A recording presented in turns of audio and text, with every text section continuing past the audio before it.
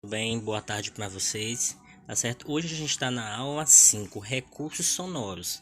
Esses recursos sonoros, eles nos interpretam a entender um pouquinho o texto, tá certo? Então assim, a gente vai prestar muita atenção nesse poema O Pato, que é escrito por Vinícius de Moraes. A gente vai ler esse poema, vou ler mais esse poema para vocês. E em seguida vocês vão tirar a conclusão que tipo de recurso sonoro, né? Se você percebeu que existe um recurso sonoro e quais foram eles. Existem alguns recursos. Lembrando que o poema, a estrutura do poema, temos versos, estrofes e rimas, tá bom? Então vamos lá. O pato. Lá vem um pato. Pata aqui, pata acolá. Lá vem um pato para ver o que que há. O pato pateta pintou o caneco. Surrou a galinha, bateu no marreco. Pulou no poleiro, no pé do cavalo. Levou um coice e criou um galo. Comeu um pedaço de genipapo. Ficou engasgado com dor no papo. Caiu no poço, quebrou a tigela. Tantas fez o moço, que foi para uma panela.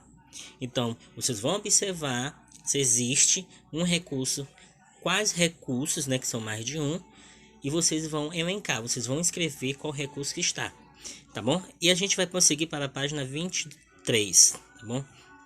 E nessa página 23, existe algumas palavras dentro do retângulo abaixo que vocês vão perceber o que elas têm em comum.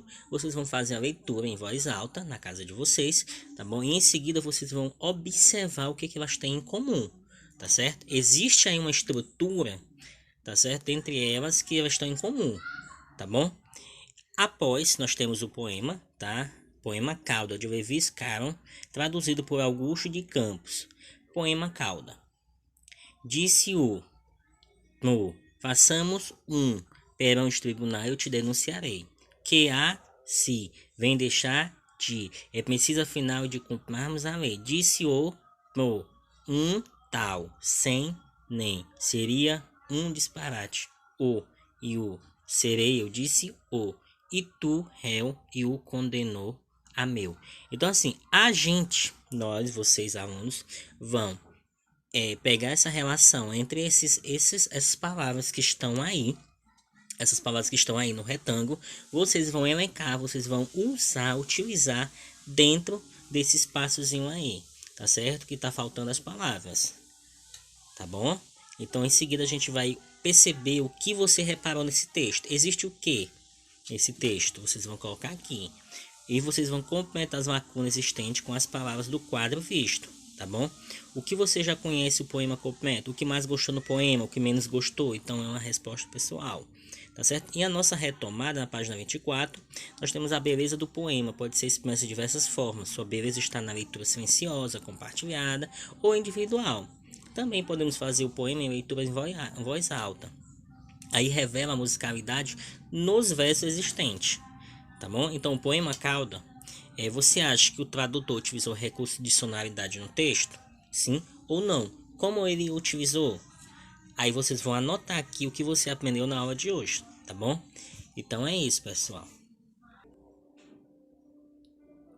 Oi, turma, retomando aqui a aula 4, tá certo? De matemática, a gente vai para a escrita, né? Então assim, a gente vai ajudar o Paulinho a escolher o maior número que ele pode formar utilizando 4 algarismos. Então assim, vocês vão registrar no quadro acima o maior número de 3 algarismos formado pela turma. Então a gente vai colocar a mão na massa. Então assim, ele tá curioso. Então assim, ele digitou o número no celular e chamou os amigos da escola para tentar descobrir. Então vocês vão digitar no aparelho celular de vocês, tá certo? Um número, tá certo? De 3 algarismos, tá bom? Então assim, vocês vão digitar. Esse número ele pode ter o que? Essas dicas. É composto por 4 algarismos, é formado pelo algarismo 8 na ordem das dezenas, ele tem o algarismo 5 na ordem das unidades, o algarismo 9 está na ordem das centenas, na ordem das unidades de milhar ele tem o maior dos algarismos. Descubra que no Paulinho digitou no celular dele, use o quadro, valor, lugar ou ábaco para representar esse número. Então assim, vocês podem estar criando, tá, o ábaco da aula anterior, parecido com aquele, fazendo as bolinhas e seguindo essas dicas para descobrir qual o número que o Paulinho, né, do telefone que o Paulinho formou, tá certo? Aí você vai escrever por extenso, tá? Escrever com letras. Você gostou da brincadeira? Agora pense você em um número de 4 ordens e crie dicas para o colega descobrir qual é. Depois troque o material de um colega e descubra o número dele. Ele deverá descobrir o seu. Então assim, isso aqui você pode estar fazendo, tá certo? Em casa. E na página 112, vamos compartilhar a solução. Qual o número que Guilherme pensou? Confira as respostas com os colegas, tá certo? E qual número você pensou? Registre na tela do seu celular a seguir. Aí em seguida você vai discutir com você mesmo, tá? Todos os números que os colegas pensaram. Tem 4 algarismos. Por quê? O mesmo algarismo em ordem diferente assume valor diferente. Existe algarismo com o mesmo valor posicional? Depende. Algum número registrado tem zero? Sim, quando é a posição dele no número. Aí em seguida, na retomada na página 112, você aprendeu a ler e escrever números até a 4ª ordem, tá? De milhar, que pertence à classe dos milhares.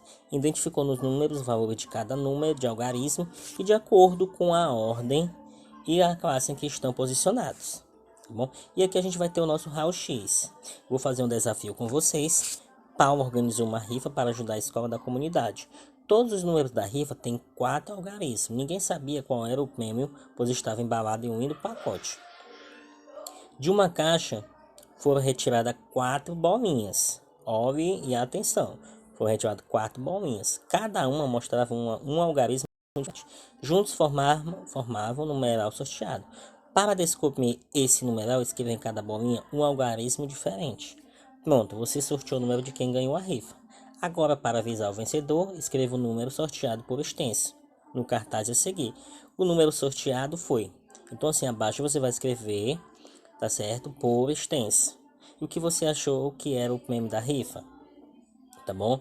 Então, gente, essa é a nossa aula de hoje. Um grande abraço no coração e até logo!